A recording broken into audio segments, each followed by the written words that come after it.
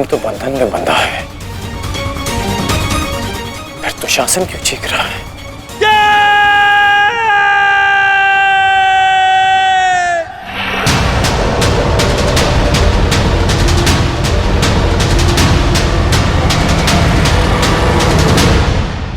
तुम ये सोच रहे हो ना कर्ण कि विकोदर भीम तुम्हारी पाश से कैसे निकल गए?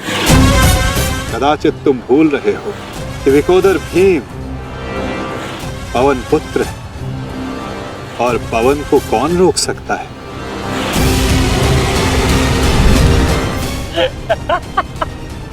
वाह रे वाह कुंती पुत्र हो, पवन पुत्र।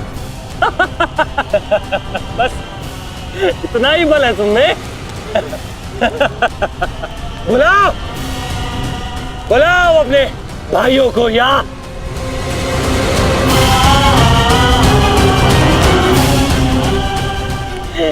पांच पिताओं को।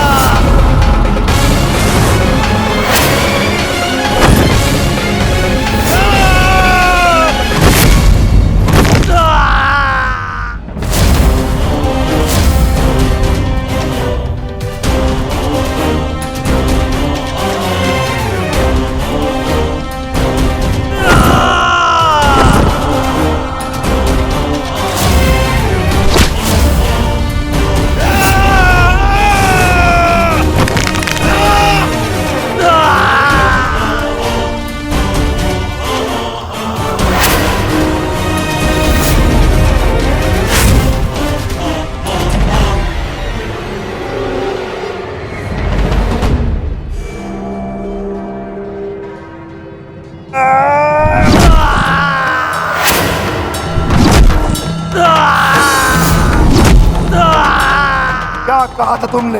आज फिर से पांचाली का वस्त्रण करेगा? मैं आज और इसी क्षण तुम्हारे प्राण हर लूंगा घृणित दुशासन।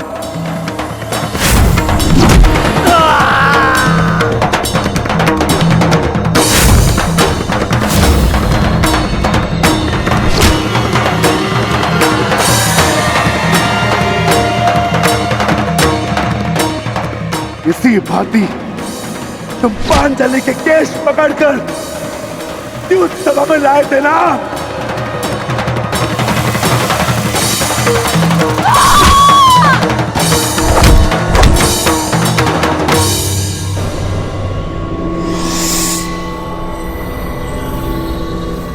बुला दुशासन, बुला बुला अपने उस ज्येष्ठ भ्राता को जिसके कारण आज तेरी ये दशा हुई है। बुला अपने उन 98 भाइयों को जो तेरे कारण और तेरे ज्येष्ठ के कारण धरती और नरक के मार्ग में फंसे हैं।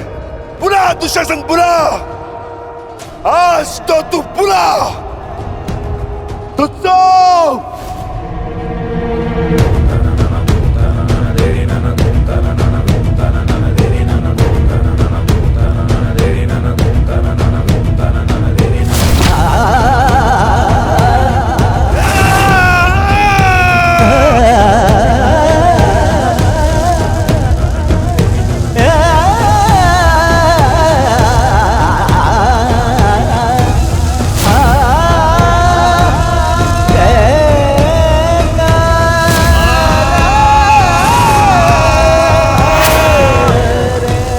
इसी भांति तुमने पांचाली के केश पकड़कर उसे घसीटा था ना?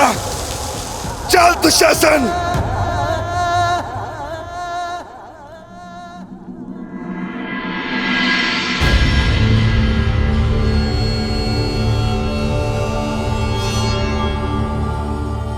प्रणिपात माता। पिताश्री ने आपको कुरुक्षेत्र में प्रस्तुत होने का आह्वान दिया।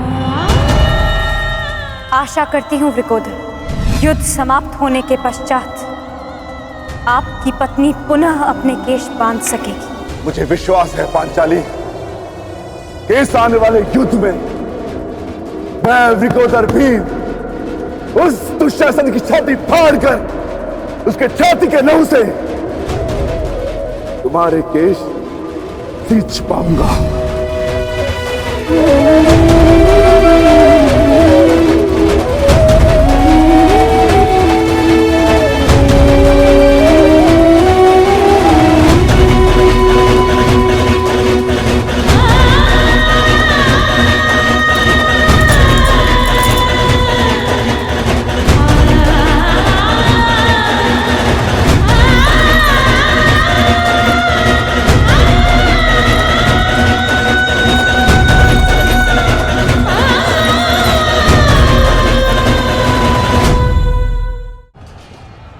भ्राता भीम की पुकार का अर्थ तो समझ रहे हो ना दुर्योधन?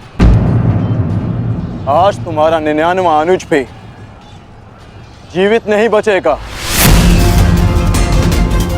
जिस प्रकार उस द्यूत सभा में हम कुछ ना करने के लिए विवश थे, आज उसी प्रकार तुम अपने अनुज की रक्षा ना करने के लिए विवश हो।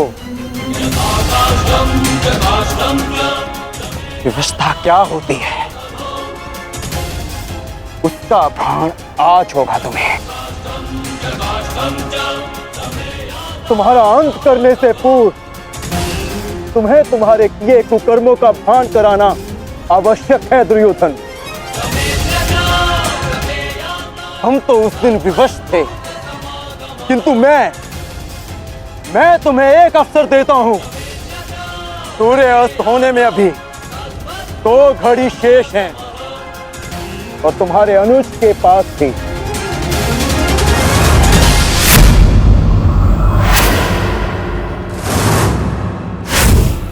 जाओ, बचा सकते हो तो बचा लो अपने अनुज को।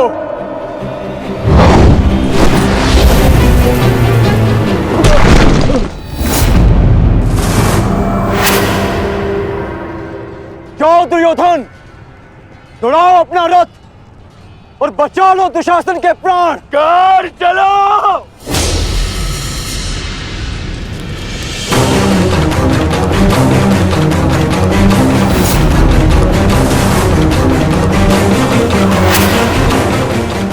तुम्हारे रखना कर, आज किसी के रथ का वेग भ्राता भीम के प्रहार से अधिक शक्तिशाली नहीं होगा।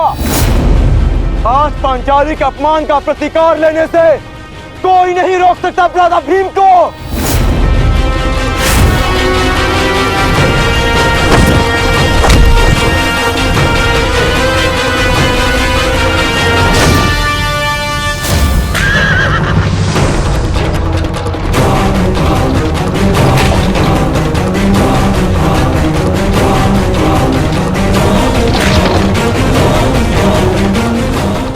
गिरता करो मित्र।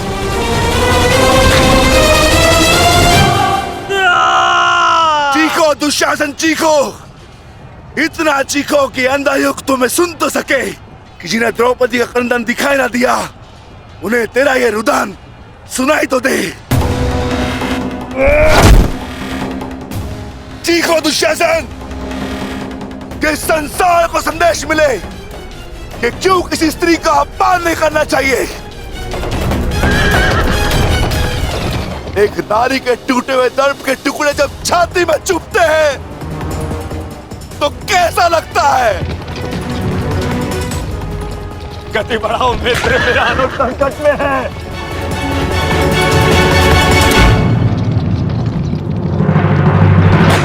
इस बाएं हाथ से तुमने द्रौपदी के केश पकड़े थे ना, स्मरण है ना नीच?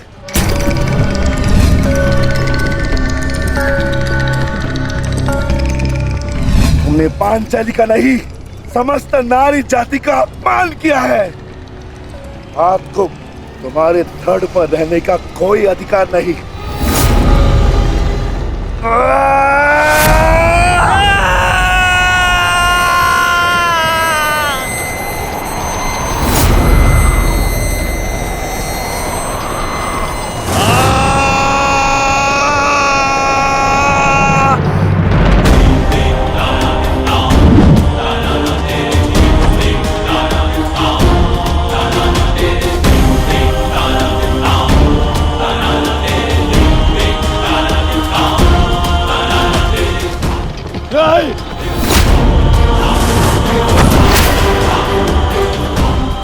इसी दाएं हाथ से तुमने द्रौपदी का चीर पकड़कर खींचा था ना?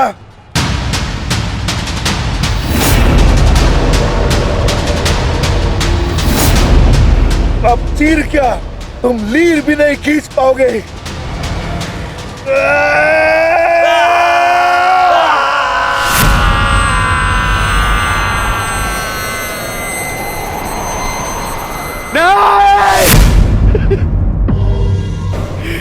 बस करो संजय, बस करो, मुझे कुछ और नहीं सुनना। दुशासन!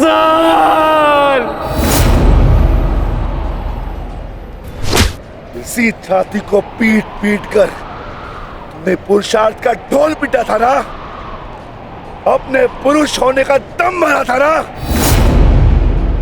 अब मैं पीटता हूं तुम्हारी छाती।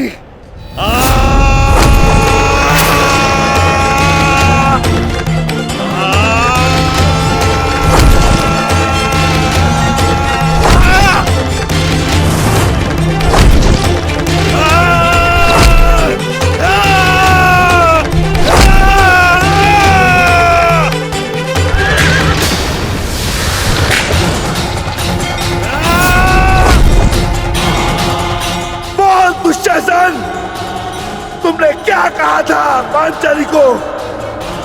बोल, तुमने क्या कहा था पांचाली को? वैश्या! बोल दुशासन, फिर से बोल।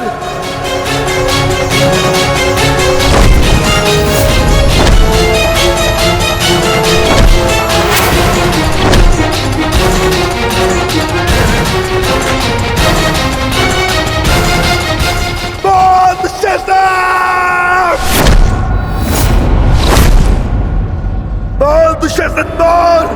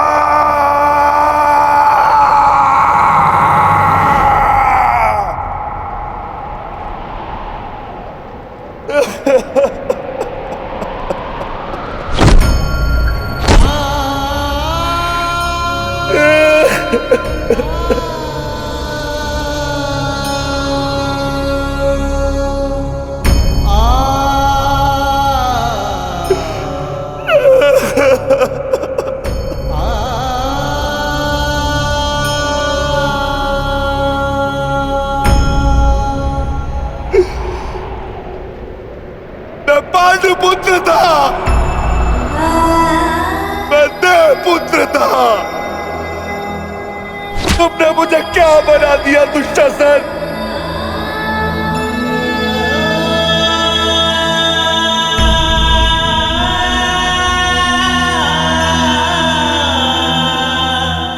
तुमने मुझे पशु बना दिया। तुमने मुझे एक राक्षस बना दिया।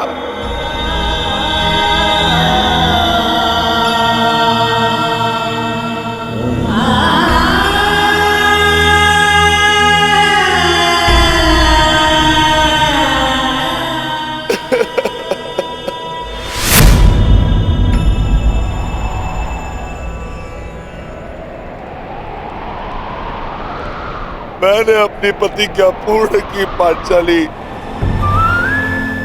परंतु मेरे प्रश्न का उत्तर पूर्ण नहीं हुआ। क्यों मुझे ऐसे युग में जन्म लेना पड़ा जहां मुझे अपने ही भाई के रक्त से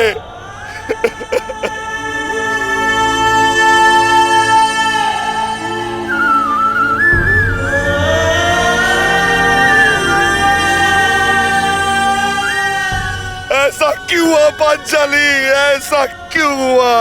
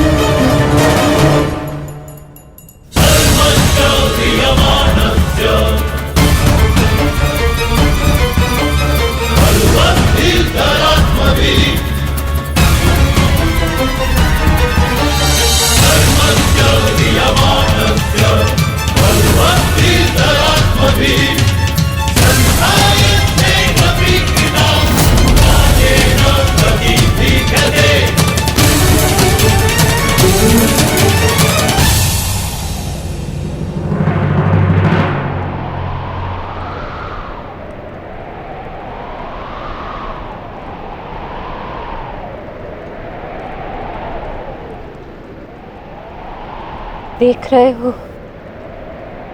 युवराज दुर्योधन,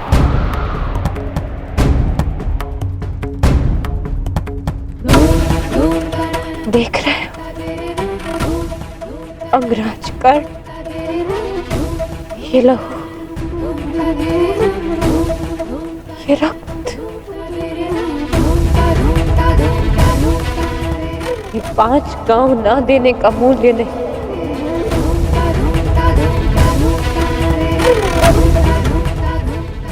ये पंचभूत से बनी सृष्टि के सबसे बड़े सृजन,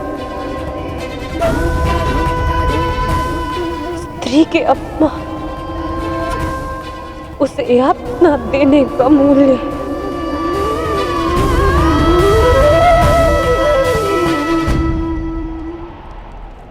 एक स्त्री, एक माता, एक पत्नी का जब जब अपमान होगा,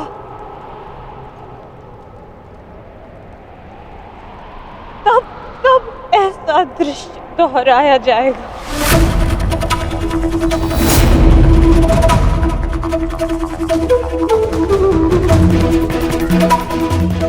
तब तब ऐसा दृश्य दोहराया जाएगा दुर्योधन।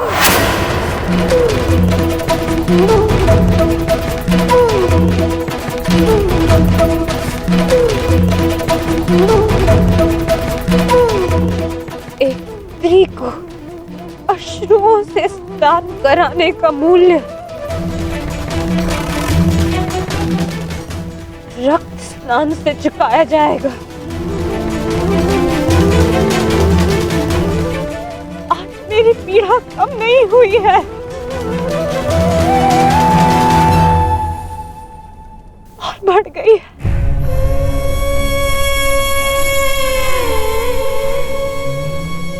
इस संसार में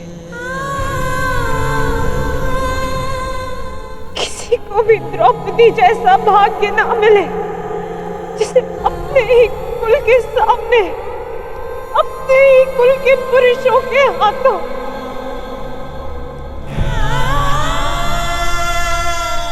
अपमान सहना पड़ा और अपने ही कुल के वंशजों के रक्त से स्नान करना पड़ा।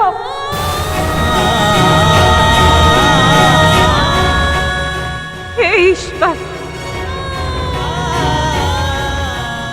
इस संसार में किसी को भी द्रौपदी बनाकर जन्म मत देना।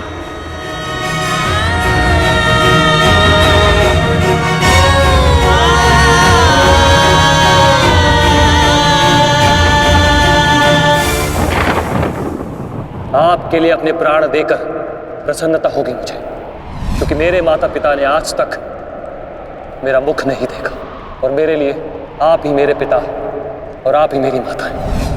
मेरा भाई, मेरा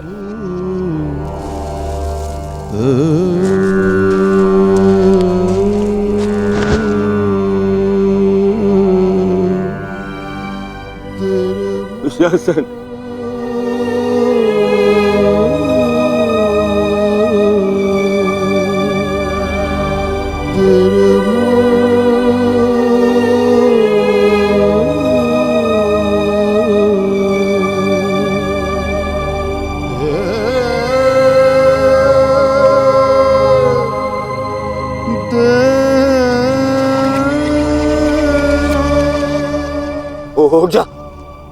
उठ जा देख, युद्ध समाप्त हो गया है।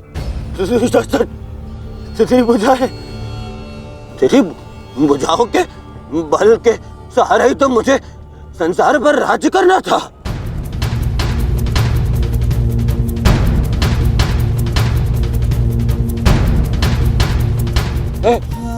हे दुशासन, मेरा अनुज नहीं, तेरी आंखें का तू अनुज, मुझे यूं अंधकार में छोड़कर मत जा अनुज। मैं हमारे पिता के भांति अंधा हो जाऊंगा, अंधा हो जाऊंगा। चलो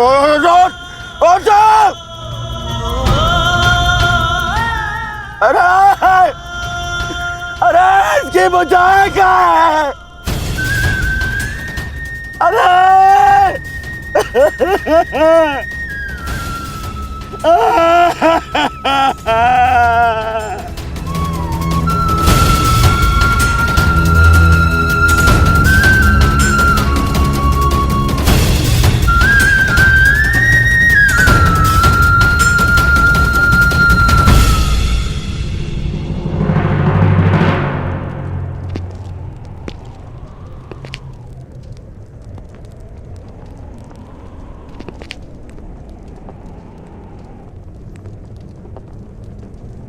कदाचित तुमने अपने अनुज दुशासन की भुजाओं के बल से ये संसार जीतना चाहा होता दुर्योधन।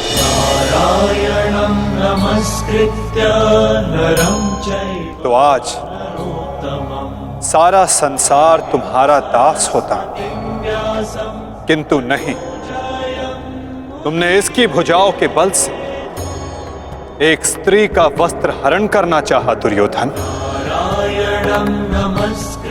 कदाचित तुमने इसकी दुर्जयता के बल से तीनों लोकों पर शासन करना चाहा होता दुर्योधन, तो आज तुम्हें वो भी मिल जाता। परंतु नहीं, तुमने ऐसा नहीं किया दुर्योधन। तुमने अपने अनुज दुशासन के मन में कुटिलता और कुचक्र का षड्यंत्र रच दिया। कदाचित तुमने अपने नेत्रों को उचित मार्ग दिखाया होता दुर्योधन, परंतु तुमने अपनी उन आंखों से महाविनाश का स्वप्न देखा।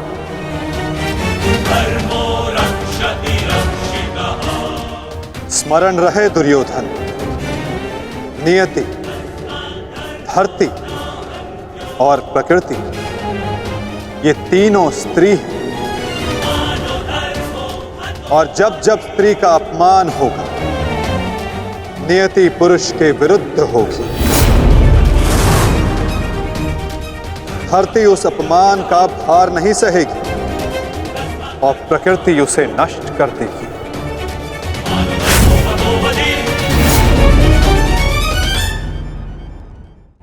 क्यों खेला तुमने जुआ दुर्योधन? क्या तुम्हारे अनुजों में, क्या तुम में पुरुषार्थ कम था जो द्यूत खेलने की आवश्यकता पड़ी?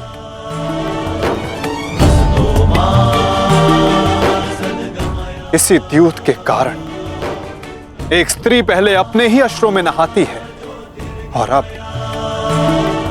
अपनों के ही रक्त से।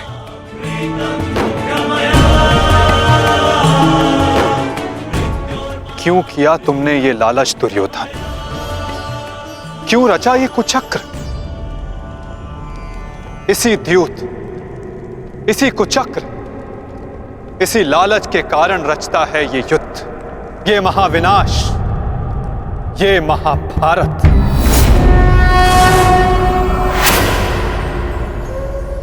क्यों आज एक भ्राता को अपने ही अनुज के रक्त को पीना पड़ा और दूसरा आज स्वयं के रक्त में लथपथ है? स्मरण रहे, जो हाथ स्त्री की लाज, उसके मान के रक्षण के लिए, यदि वो हाथ स्त्री की लाज उतारने का दुस्साहस करेंगे, उसका मान भंग करने का दुस्साहस करेंगे, तो उन हाथों को धड़ से अलग कर दिया जाएगा।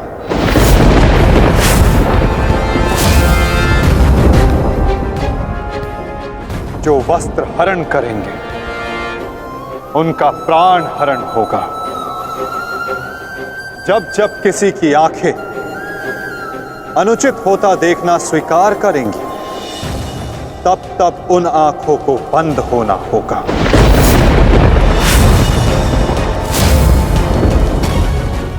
यही नियति है, यही प्रारब्ध है और यही है इस महाभारत का कारण और निवारण।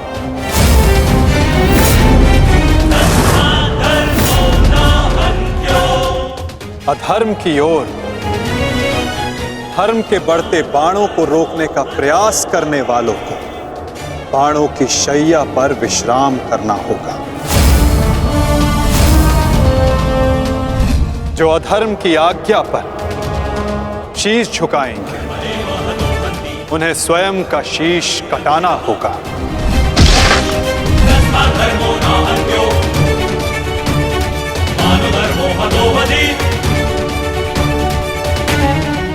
अधर्म को ना किसी का कवच बचा सकता है, ना ही किसी के बाण। ऐसा कोई रथ नहीं जिस पर अधर्म चढ़कर अपने लक्ष्य तक पहुंच सके। ग्रास लेगी ये धरा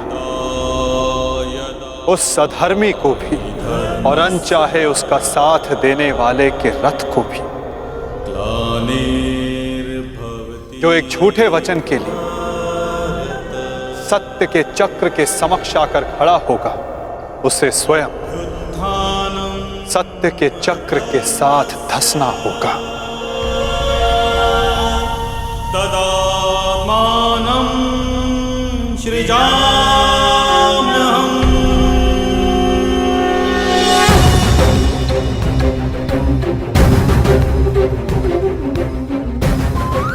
ये तुम्हारे अपमान का नहीं, समस्त स्त्री जाति के अपमान का प्रतिकार है पांचाली। संसार को समझना होगा कि कभी किसी स्त्री को प्रतिशोध के लिए ना ललकारें, क्योंकि प्रतिशोध पाकर मन की अग्नि शांत नहीं होती, अपितु और धधकती है। यही है इस महाभारत का संदेश और नियति का उपदेश।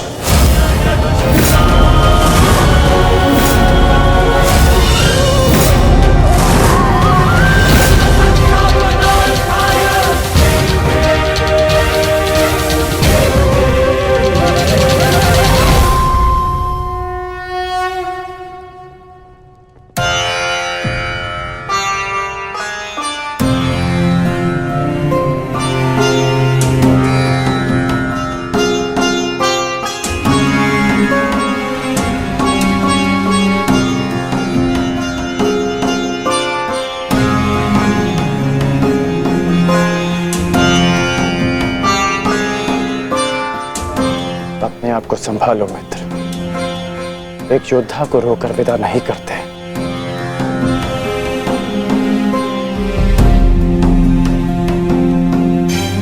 हम तो शासन का बलिदान जो व्यर्थ नहीं जाने देंगे। आगे बढ़ो मित्र, अपने अनुज की अंतिम विधियां पूर्ण करो।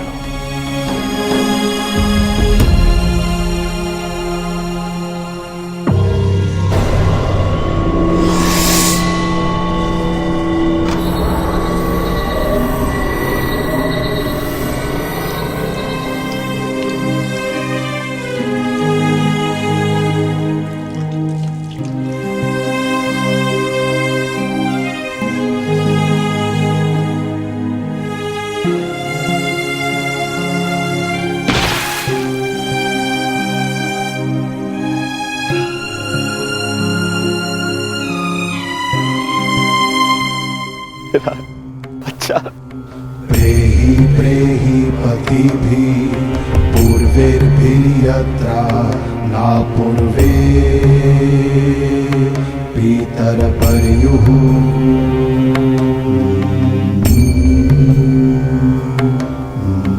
उभराजना स्वधया वरुणं च दिवम्।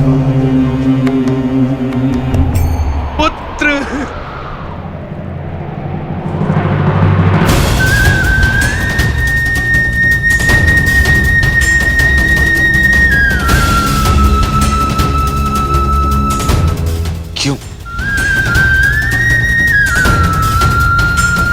कैसे कैसे होने दिया तुमने ये? तुम्हारा अनुज तुम्हारा उत्तरदायित्व था, उसकी रक्षा कैसे ना कर पाए तुम? मैं नेत्रहीन हूं पुत्र, परंतु ऐसा प्रतीत होता है जैसे किसी ने मेरा एक नेत्र छीन लिया है।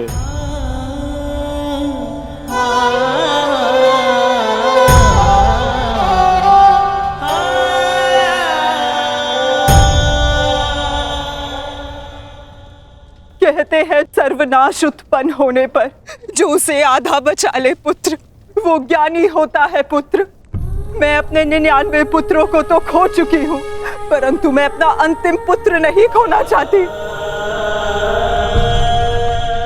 नहीं खोना चाहती।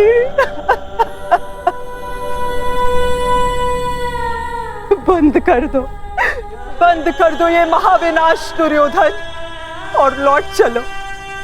किसी को तो रहने दो जो हमारा पिंड दान कर सके।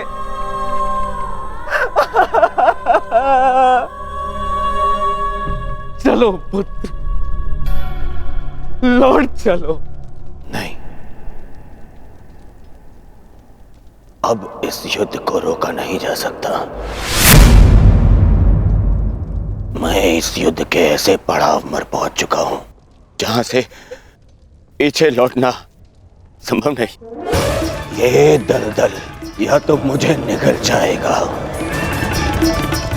और या मैं इसे समाप्त कर दूंगा।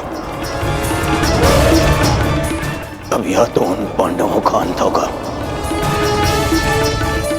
और या तो मेरा। नहीं।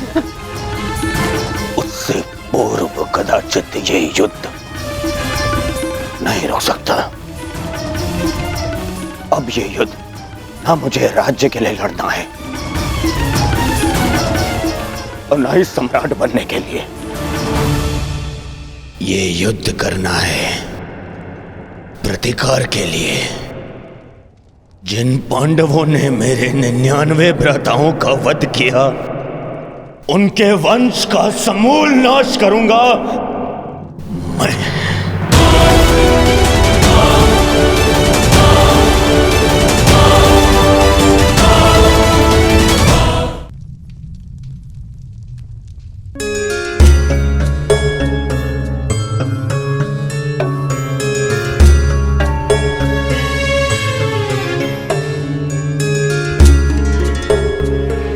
किस चिंतन में डूबे हो युधिष्ठिर?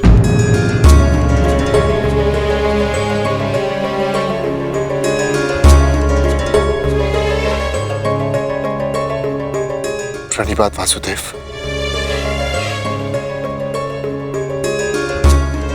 तुमने मेरे प्रश्न का उत्तर नहीं दिया युधिष्ठिर।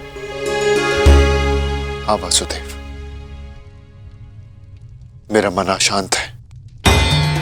बुद्धि पर जैसे भ्रम की धूल सी जमी है।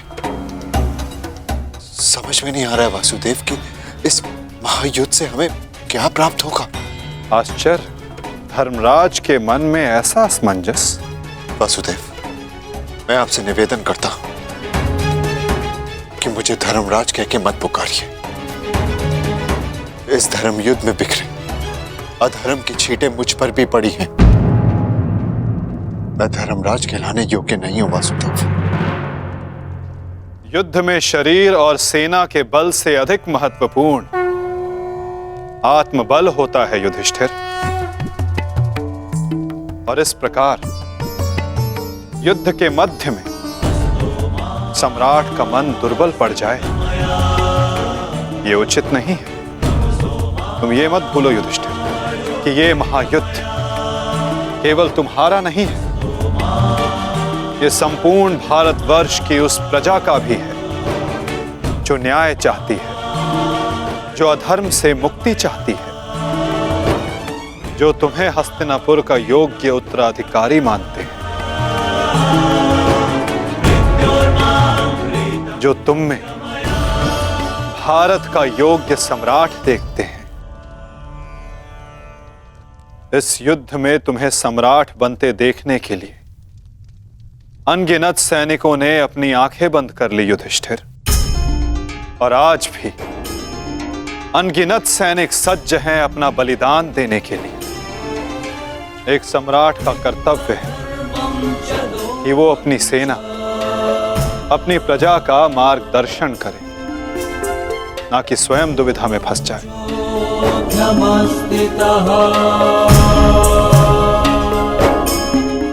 किंतु प्रश्न ये है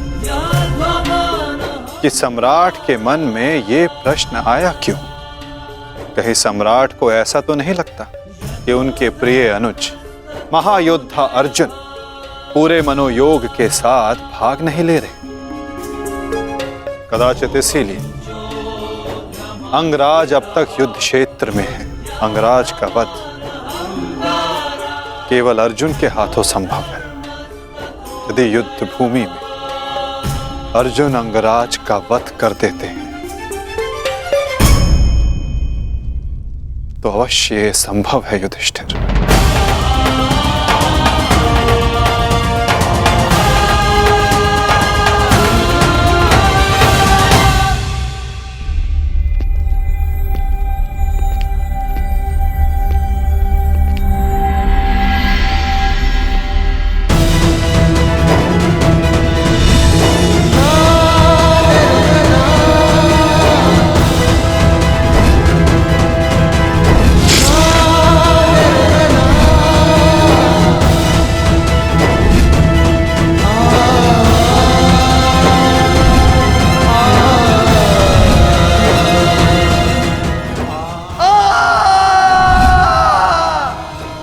जीवन भर परिवर्तन के लिए संघर्ष किया, क्योंकि जब भी मैंने ऐसा किया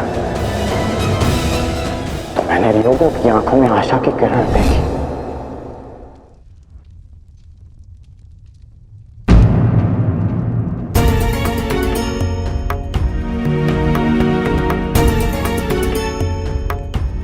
जिस परिवर्तन के लिए तुम लड़ रहे हो उसके लिए सबसे पूर्व तुम्हें सशक्त होना होगा कर्ण। कुछ समझ नहीं पा रहा हूं वृषाली। लगभग अपने सारे प्रिय खो चुका हूं। हमारी अगली पीढ़ी जिसके लिए मैंने परिवर्तन का स्वप्न देखा था वो तो बची ही नहीं। फिर इस परिवर्तन का क्या लाभ?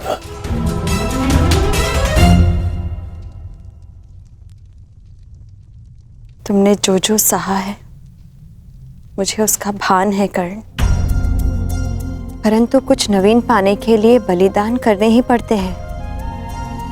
युद्ध में योद्धा वीर गति प्राप्त करता है ये भी जानते थे। धन की, प्राण की, अपनों की हानि होती है ये भी तुम जानते थे कर्ण।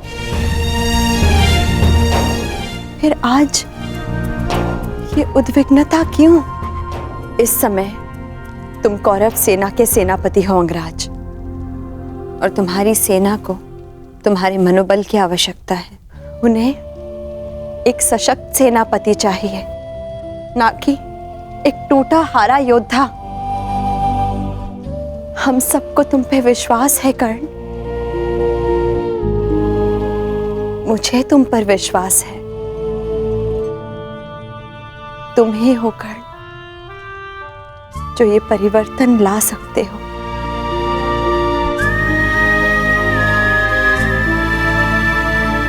मैंने तुम्हें कितने कष्ट दिए हैं, फिर भी सदा तुमने मेरा साथ दिया, मुझे साहस दिया।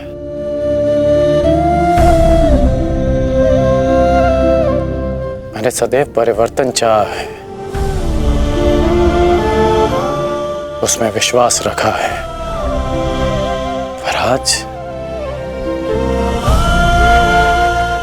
स्वयं को संभाल नहीं पा रहा हूं मैं।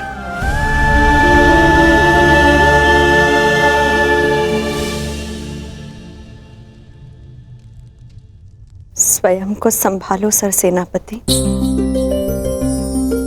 इस तरह टूटो मत,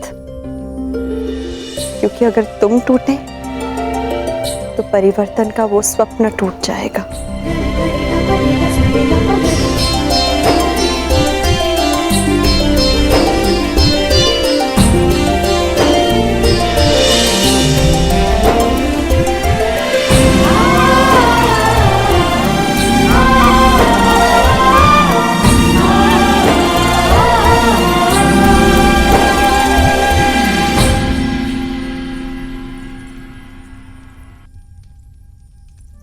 जी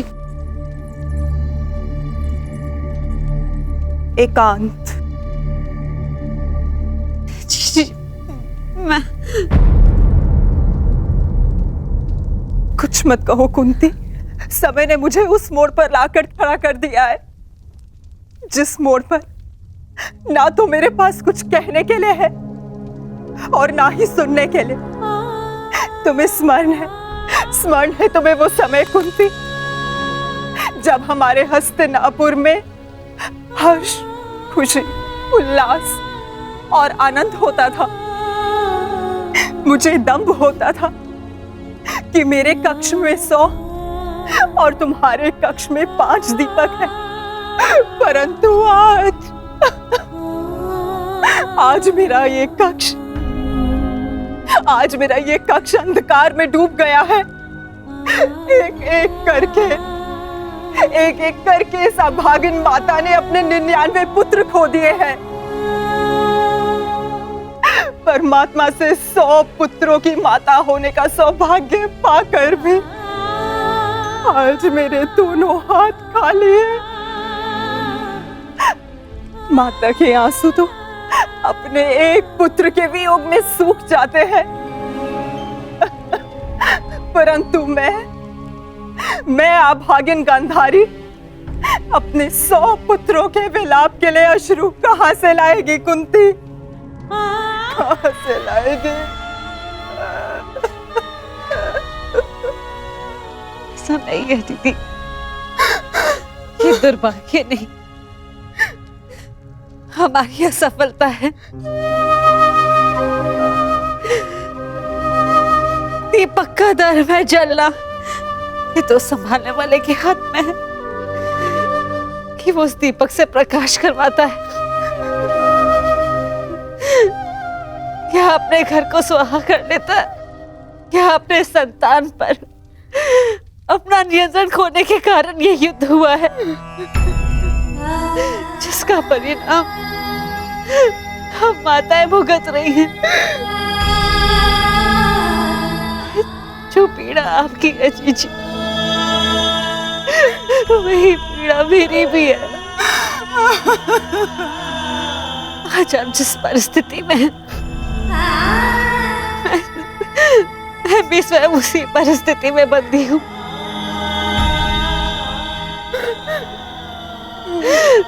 भाइयों को लड़ते देख कौन सी माता प्रश्न हो।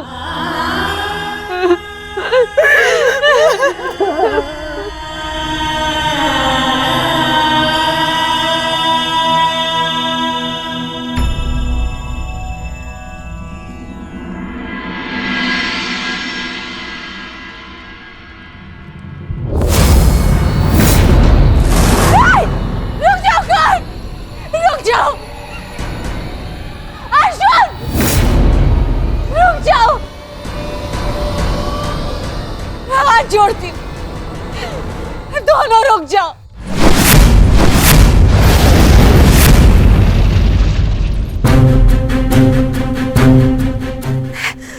ऐसा नहीं होने दूंगी।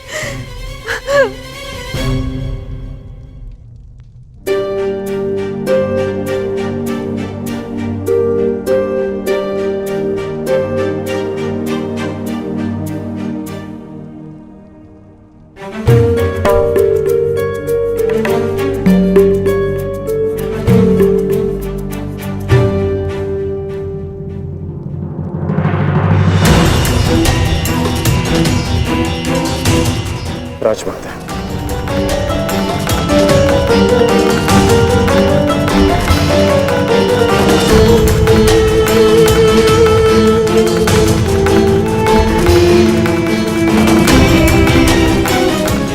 बड़ी बात राजमाता, ऐसा क्या हो गया कि आपको इस समय यहाँ आना पड़ा? कुछ शुभ शब्दों ने मेरे मन को व्याकुल कर दिया है। मैं समझ सकता हूँ। जिस माता के सारे पुत्र युद्ध पर हों, उस माता का मन व्याकुल होना स्वाभाविक है। बात ये नहीं है, मैंने दुस्वप्न देखा। कैसा दुस्वप्न? तुम बांध छड़ा आगे जा रहे हो, अर्जुन भी सजा है, और दोनों ने बांध संधान कर दिया।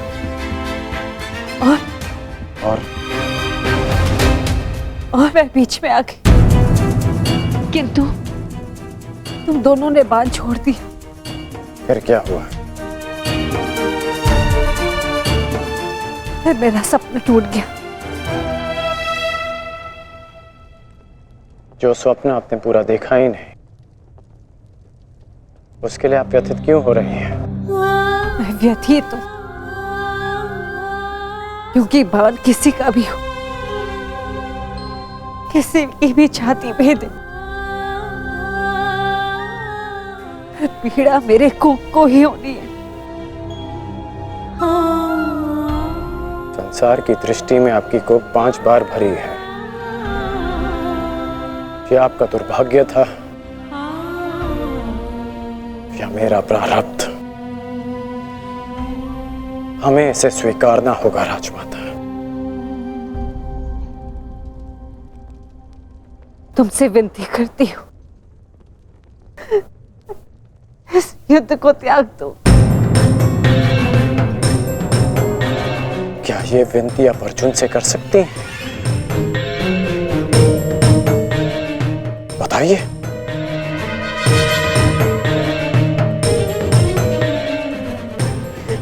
मैं विवश हूं, परंतु हम विवश नहीं हैं पुत्र।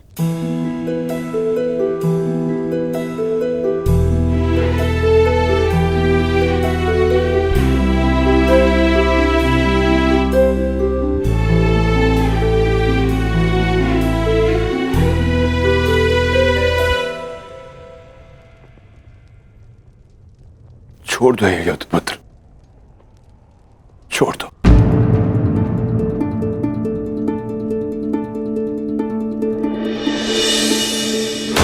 पिताश्री, आपके पिता के आदेश के साथ साथ हमारा आदेश भी सम्मिलित है पुत्र। छोड़ दो ये युद्ध पुत्र। ये युद्ध परिवर्तन के लिए नहीं, विनाश के लिए।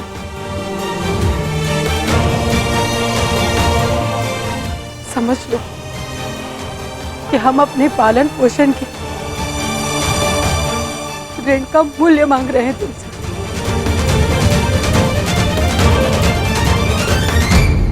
लौट चलो पुत्र, लौट चलो।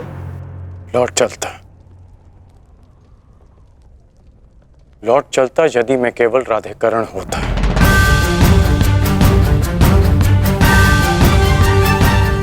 अब मैं कौरव सेना का सर सेनापति हूं पिताश्री, मैं नहीं लौट सकता।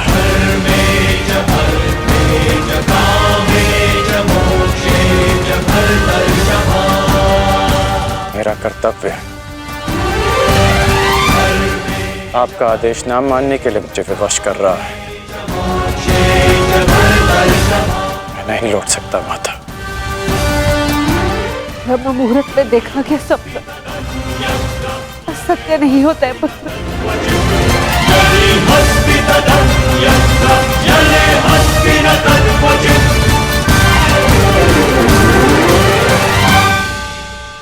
आपका स्वप्न टूटा है राजमाता, परंतु मेरा वचन नहीं टूटेगा।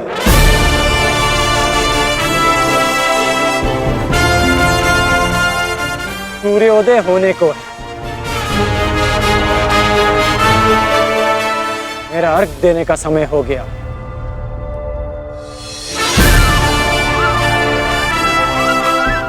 आज्ञा दीजिए। प्रणिपात।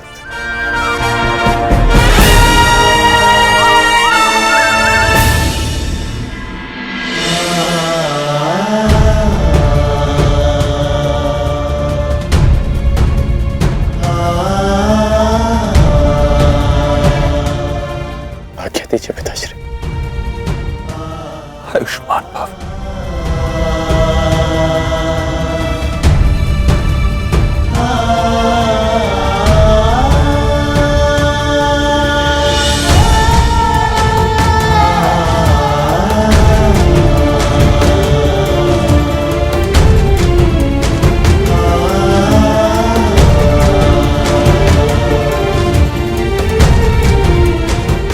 अश्रु नहीं माता,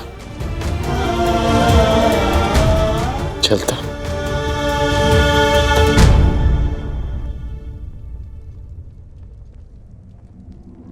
यशस्वी भव।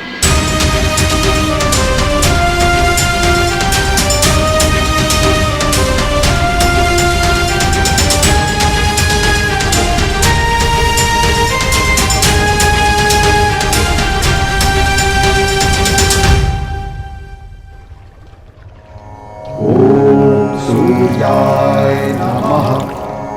ॐ भार्गवे नमः। ॐ खगाय नमः। ॐ श्री सवित्रे सूर्यनारायणाय नमः।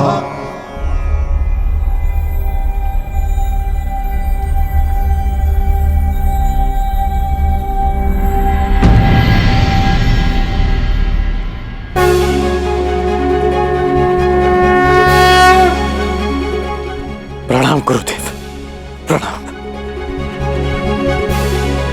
आयुष्मान भव पुत्र, आयुष्मान भव।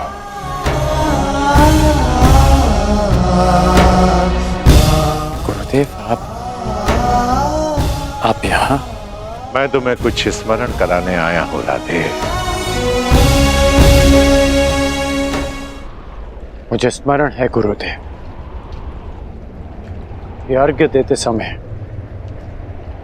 मुझसे कोई कुछ भी मांगे उसे मैं पूर्ण करूंगा, और ये मेरा सौभाग्य होगा यदि मेरे गुरु मुझसे कुछ मांगे। आदेश दीजिए गुरुदेव। मैं तुमसे कुछ मांगने नहीं आया हूं पुत्र, तुम्हें कुछ और स्मरण कराने आया हूं। क्या गुरुदेव? जब तुम मेरे पास दीक्षा के लिए आए थे तो मैंने तुम्हें ब्रह्मास्त्र, ब्रह्मशिरास्त्र और ब्रह्मांड अस्त्र देकर भी उसे तुम्हारे लिए निष्क्रिय कर दिया था। स्मरण है मुझे।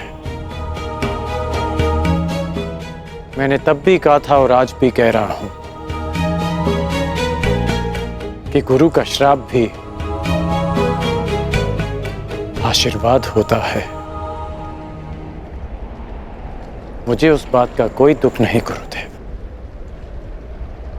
परंतु मुझे दुख है पुत्र, मुझे दुख है, और मैं तुम्हें यही स्मरण कराने आया हूं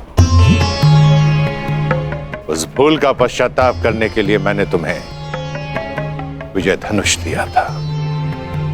मेरा श्राप तुम्हारे साथ है और पश्चाताप भी पूर्ण हो। समय आ गया है कर्ण, उस विजय धनुष को धारण करने का।